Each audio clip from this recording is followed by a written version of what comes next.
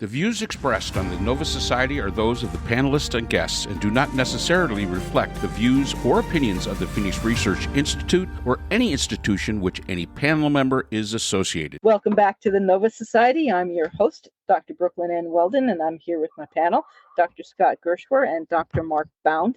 Today we will be answering listener emails, and we have a question from Krystal, who lives in Quebec, Canada. And Krystal asks, Iran seems to be stepping up their political prisoner executions, and the rest of the world has gone silent. What do you guys see as the international community's accountability in protecting human rights? Should the rest of the world intervene? That's an excellent question. Krystal, I have not been looking at Iran. What do you both say?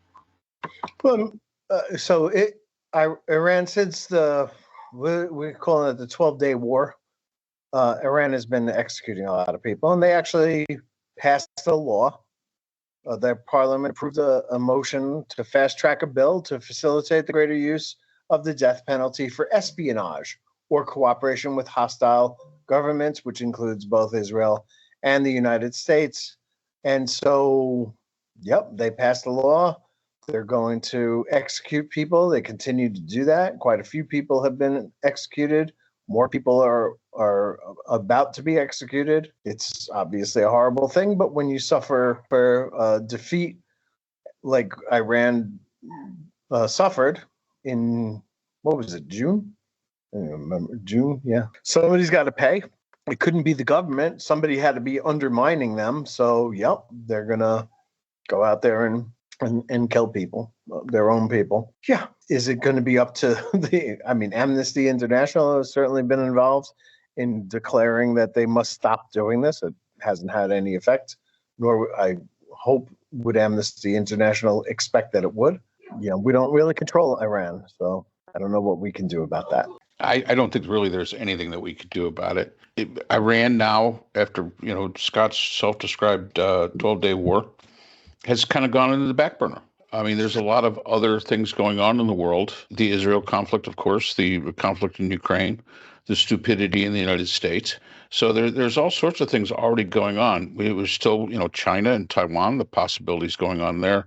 Is it an atrocity that they're killing political prisoners or they're killing opposition, people in opposition to the government? Yes.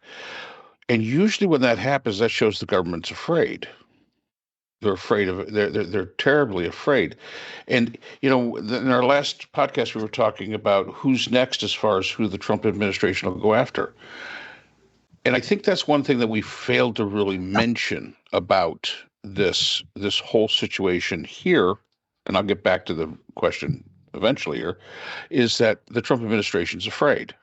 But they're still one step below killing their political opponents. They're still below that threshold that we've got.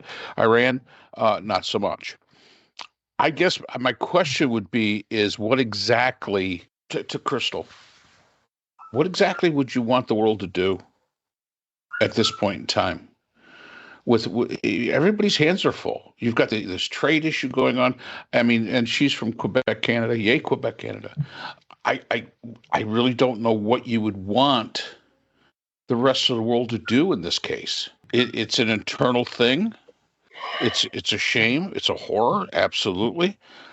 But I'm sure the Canadians aren't going to get involved. They can protest it. They can condemn it. They could do things like that. But knowing Iran, you've got to be very careful how you do it, or you end up like the United States did, back when the embassy was taken. So you got to kind of tread lightly onto Iran, because Iran's one of those kind of countries that the more frightened they get, the more violent they get. I understand the concern, and you're asking about the accountability of the rest of the world community. I get it from a humanitarian aspect, but I really don't see exactly what the rest of the world at this point in time could do under the circumstances, other than go in and take over Iran to save these people. I don't see that as an option. As I've always said, easy to go in and take over something, hard to hold on to it. And it usually backfires on you. So again, the diplomatic complaining about it, yes, that's about all you've got left. And so, Yeah, I agree with everything you just said, Mark. And the one thing I'll say is going to sound a lot like Trump blaming, so forgive me. But No, I don't believe it. I don't believe it. you know, I hate, as much as I hate to blame Trump for everything. The the Israelis apparently did say, "Hey, we have a chance to take out the ruler Ayatollah of Khamenei of Iran," and Trump said, "No, don't." And it's interesting that he said, "No, don't," because I think what Trump looks at is respect for other leaders, and the more ruthless they are, the more he respects them. And he probably is looking at Iran right now as like a kindred spirit or somebody that he really wishes he could be more like. And not giving the green light to the Israelis to take that guy out has led to what they're going through right now. Right? I mean, there could have been an Iranian revolution after we bombed those 3 sites or 4 sites in June. That could have led to a toppling over of their government and a reforming of their state, and the students stepping up, women stepping up, the country kind of taking them back from these extremists who have run their country since 1979. And that would have been a good thing. But Trump said no. We don't take out leaders. I'm a leader, and we must respect leaders. Give somebody an idea about him. Exactly. He doesn't care how many people die as long as it's not the leaders. And, the way, I hate to draw a stupid analogy, but the way he's treating our own National Guards people right now, is similar in a way, because he doesn't care about rank and file people. Ordinary Americans, is what they like to say, everyday Americans, because ordinary sounds so terrible. Well, they're expendable. They don't matter. Everyday Iranians, they don't matter. But the leader, he matters, because, we must respect leaders. And I think that's kind of where we're at. I totally agree. So hopefully Quebec, Canada. Yay. Go Blue Jays. Boy, they're doing awful good this year, aren't they, though? Pay attention to the American League. Oh, sorry. All right. Yeah. I remember the one time I was in Quebec. Well, I was in Gatineau once. I'm not sure if that's in Quebec or not. That's up near Ottawa. And one time I drove through Quebec, and all the signs were in French, and there was nothing in English. And I could not read any of the signs, the highway signs, and I had no idea which way to go. And I did not have GPS or anything, and it was very harrowing. So, and I was studying French, and I couldn't read any of the signs. Anyway. Viva Montcalm.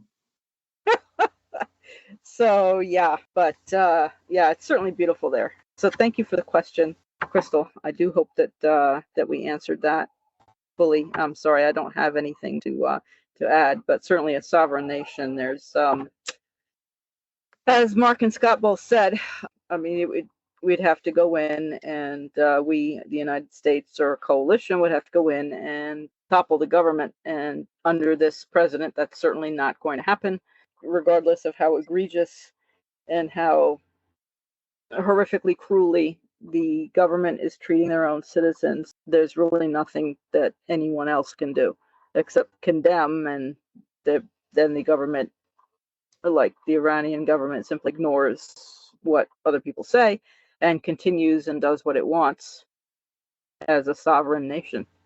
Well, we could do like Republicans, offer thoughts and prayers. Yeah. For that school shooting that was in, what was it, Minnesota? Minnesota, today. Yeah. Church. We'll offer thoughts and prayers. Yep. Yeah.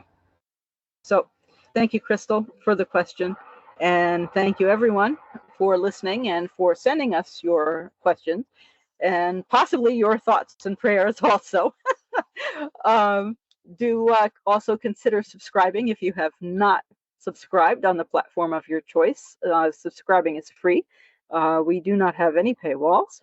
And we look forward to seeing you again next time on the Nova Society. The Nova Society is a production of Nova Society Media, a division of the Phoenix Research Institute. We'd like to thank our production partners, Buzzsprout, who hosts the Nova Society, Audacity, our editing partners, Apple iTunes, the largest source of podcasts and music on the internet, Spotify, the most popular platform for the Nova Society, and iHeartRadio, your source for all things music and podcasting. The Nova Society is available on all of these and other quality platforms listed in our description. We'd also like to thank all of our listeners. Without your support, the Nova Society would not be possible.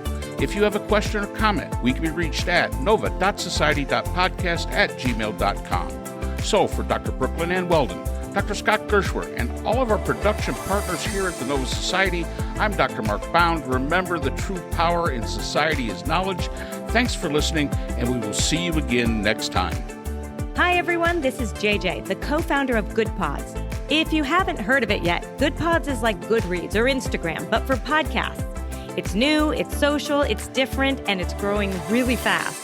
There are more than 2 million podcasts, and we know that it is impossible to figure out what to listen to.